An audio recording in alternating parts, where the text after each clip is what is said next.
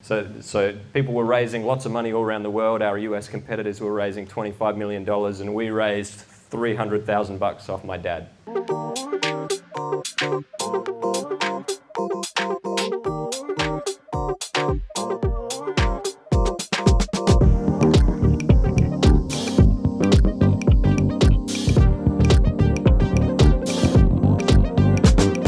Hi guys, this is a different kind of a talk for me. I've given a caveat up front. I'm not here to represent Upswell and give you the official venture capital line here. Jesse sort of asked whether I could come and talk. We had got together for lunch, and we were just sort of chatting about what I'd been doing and where I'd come from since selling Spatula. And he said, I think the guys need to hear this story. And so I said, what do you want me to talk about? And he said, well, just what we talked about just now. And it was all around what I've learnt from sitting on the other side of the table. And so this is a founder as a VC unplugged. So I've only spent the last 6 months sitting on the investment side of the table. So this is my background. Six years in management consulting based in Singapore, looking at operational efficiency, working in the back office of banks in a very dry role, making banks rich. Then I decided I didn't like that. I met the CEO, the owner of my company, came around for lunch one day and sort of said, yeah, you're doing a great job, Andrew, we're making lots of money, we're doing great. And I said, what have you been doing for the last 6 months? He said, I've been riding dirt bikes. I said, I'm on the wrong side of this. I want to be a business owner. I came back to Perth, quit my job, much to my wife's chagrin, and went back to uni. During uni, worked on a few business ideas, at the end of which I then started Fleet Engineering. Fleet Engineering eventually became Spatula, which is when Jesse and I met. So it was a 6-year journey from sort of start through to acquisition. It was 5 years to acquisition, 2 years working out my time with the Irish company, and then I bailed a year early and went and worked for the last 6 months only at a venture capital firm. So I'm going to give you the insight now. And so as a founder, I failed to raise cash. So Spatula was in competition with a couple of other companies, some out of the US, some out of Israel, one out of Sydney called GetSwift, who you may have heard of if you're in the tech space, who raised about $100 million, then got into a little bit of trouble and sort of still in a little bit of trouble, I gather. So people were raising lots of money all around the world. Our US competitors were raising $25 million, and we raised $300,000 off my dad. That was the extent of the success I had as a founder at raising cash. So when a friend of mine, Chris, who's the managing partner at Upswell, asked what I was doing and whether I would want to ditch Vromo and come and be an entrepreneur in residence, I said, I don't know what that means, but I'm in, because I wanted to see what happens inside a VC and get inside the VC world to learn a bit more. So these are my observations. Don't tell anyone. Observation number 1 was, there's way more money to be invested than I thought there was. It always seemed like it was hard to find investors in the first place, and that they said there was lots of money, but there really wasn't. That turns out to be completely false. In fact, there's so much money out there that where there is a good investment, they have a term called allocation. It's like, can I get allocation in this round of funding? You have to fight and make sure you're able to deploy enough capital. That's because over in the eastern states, in Australia now, there's I think 3 different venture funds that all have more than $1 billion to spend. The venture has done really well through some exits from Canva and others. So you'll see Airtree, Blackbird, Square Peg, all massive funds. There's a whole set of tier 2 funds all around the country that you'll find just by Googling. And in Perth, there's 2 now, Better Labs from RAC, who have over $20 million to spend, and Upswell Ventures, where I'm working. And underneath the venture funds, you also have family offices. They also have quite a bit more money than you might imagine. So the guys out of Atlassian both have connections to funds that are sort of running things. In Perth, there's a few family offices that are investing venture-style investments. And so if you're unable to find investment or you're looking for investment, it's there if you happen to match the investment thesis of the company and you have an investable business, which leads me to point number 2. the best way to get investment, is there anyone in this room who's actually looking for investment? I just want to make sure I'm looking for the right people, not many, or just interested in learning about what venture capitalists and others look for? Yeah, good. So the number one thing that will determine whether or not you find investment is being investable. It seems really weird. I always thought that we were investable, and the reason why we weren't getting investment at Fleet Engineering was that investors either didn't see us or B, didn't get us.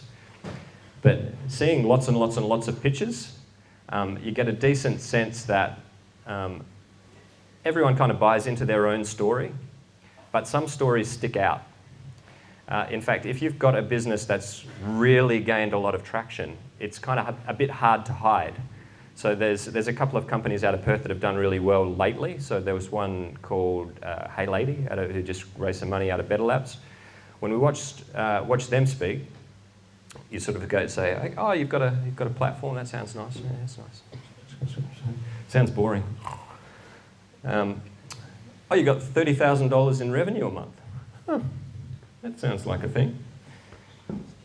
Oh, you've also got a couple of million subscribers on YouTube. Okay, that sounds like a thing." And then you take a real interest and go for it. One thing that Perth companies, I find, lack is kind of a sense of a reference point to companies who are doing similar things to themselves at a high level. So, for instance, you may think you have a great story, or a company here might think they have a great story, a great team, and some great traction, but the story doesn't turn out to be that unique. In fact, there might be 5 companies doing the same thing, and it'll often be the case where someone will pitch us in Perth, and that same week we'll get a pitch from someone in Sydney or New Zealand doing something that sounds remarkably similar, but they've gotten a lot further with they've either raised some money and gotten further, and we'll talk about that in a minute, or they just happen to be getting more traction, or there's something special about the team, or something that sounds more special about the team that is a hook, and we'll talk about that as well. I'm only up to number 2, I better go faster. So number 3, the process matters a lot. So when we see pitches, if you're trying to raise funds, it might be tempting to wait until you feel like you're ready, and maybe that coincides with where you want to raise some money right now because now we need the money, or now we think we're ready to go. That's kind of not how it works. Investors like to sort of see you at a distance. Does anyone surf? I do not, but a lot of investors do apparently. You need to think of your business as a wave and the investor as a surfer. If you show up on top of them, they're not suddenly going to start paddling, they're going to duck under you. You have to look like a good swell way off in the distance. You know, see you coming. Oh, yeah, looks like it could be something. And then as it gets closer, it's building and building and building. And then by the time you get close enough that you're actually trying to build up an investment conversation, you have to have sufficient momentum that these investors want to start swimming and paddling. And the worst thing you can do is convince them to start swimming and paddling when you are actually not a wave, because that's going to end in trouble. But if you don't build up that expectation, you're not going to get the momentum at the right time. And I'm giving away the ending here, but momentum is kind of important to the whole process of raising cash. Number 4, you need a hook. So it's much like, I don't know if anyone's ever written a song or had any involvement with this music industry, but you don't get very long listening to a song the first time or seeing a person for the first time before you've made a judgment. And there's so many stories coming through, and a lot of them sound the same, and a lot of them sound mundane, and everyone's kind of buying into their own thing. There needs to be something about your business that makes someone with lots of money who's looking, I don't know, to the east, to overseas, to all of Australia, they can pick anything in the world to invest in. What is it about this opportunity that should be interesting? Is there something special about the team? Oh yeah, there's something special about my team. I've got a great fashion designer locally in Perth. Okay, well, this company's got Kim Kardashian. You know, what's special about you? Do you have a famous uncle? Or do you just have incredible traction? Are you in a really cool, unbelievably fancy space? So a conversation around, I'm doing another logistics technology company that's going to reduce the fuel consumption of the truck. Oh, okay, next conversation. I'm making robots that are going to deal in maintenance in space. That sounds kind of fun. Let's talk about that. That might be a hook to open up the conversation. It won't get you all the way there, but it might get the conversation. I got 10 million YouTube subscribers. That's a hook. I'm growing 10% revenue a week. That's a hook. You have to have something.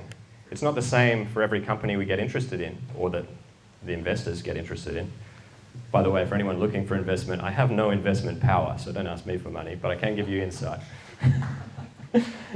I'm happy to talk about it. The other thing is, investors are very, very easy to get hold of. You don't have to commandeer investors. There are so many investors and so many VCs that if you've got a great story, you will talk to them. So that's not the problem. Let's carry on. A less compelling story needs amazing metrics. Almost no story is super compelling, so that you don't need metrics. And a lot of the stories that are compelling also have great metrics. So your story, if you don't already have a growth trajectory that looks like this, you better have Kim Kardashian, or be like one of your founders is in the Eagles and the other one founded Woolworths, you know?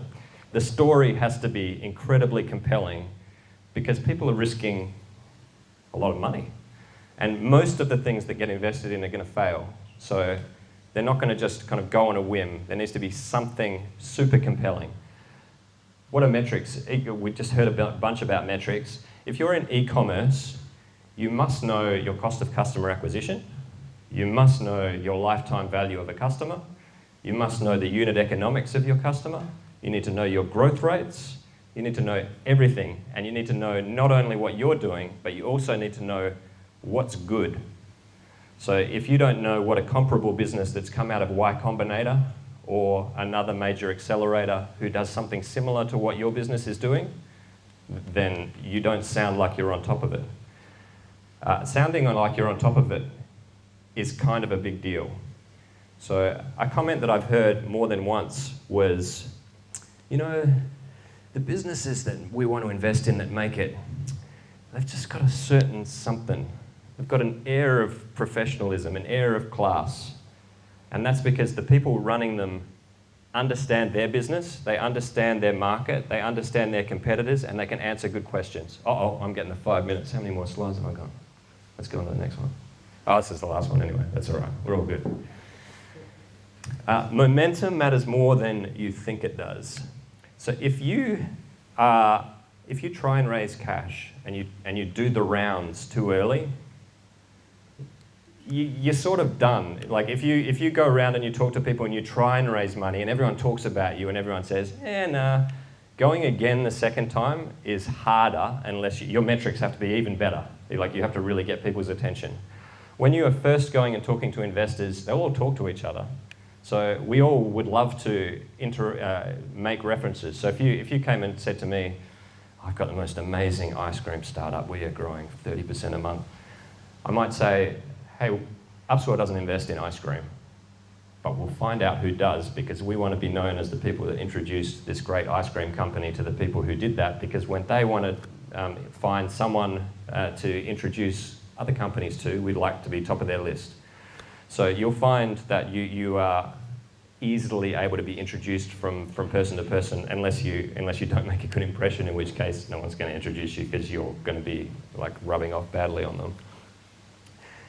If, on the other hand, you suddenly start getting some momentum, and what do I mean by momentum? It can be revenue.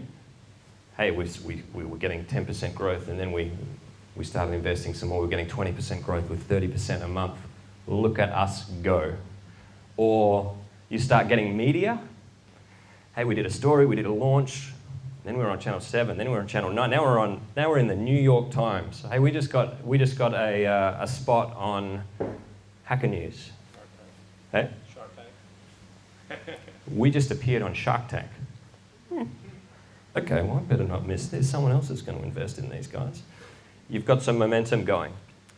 if you've got an investor committed to lead your round, and you're just looking for a little bit of the rest, you've got momentum. So you've got sales momentum, you've got media momentum, you've got investor momentum. Anything that looks like, if I don't get in now, this thing's going to take off.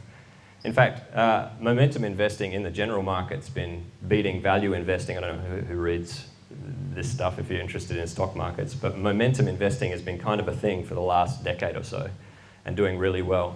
It's the same in startups and early stage companies, but we don't really have a market price. So it's sort of more like an intangible, how much momentum do you have? But you can sense it around the place if you know you're going to miss out. And so just back to the idea of there being a process with momentum behind it. What you want to be, and I'm going to revisit the wave analogy here. You really want to run an investment round, if you happen to be raising investment, as an event.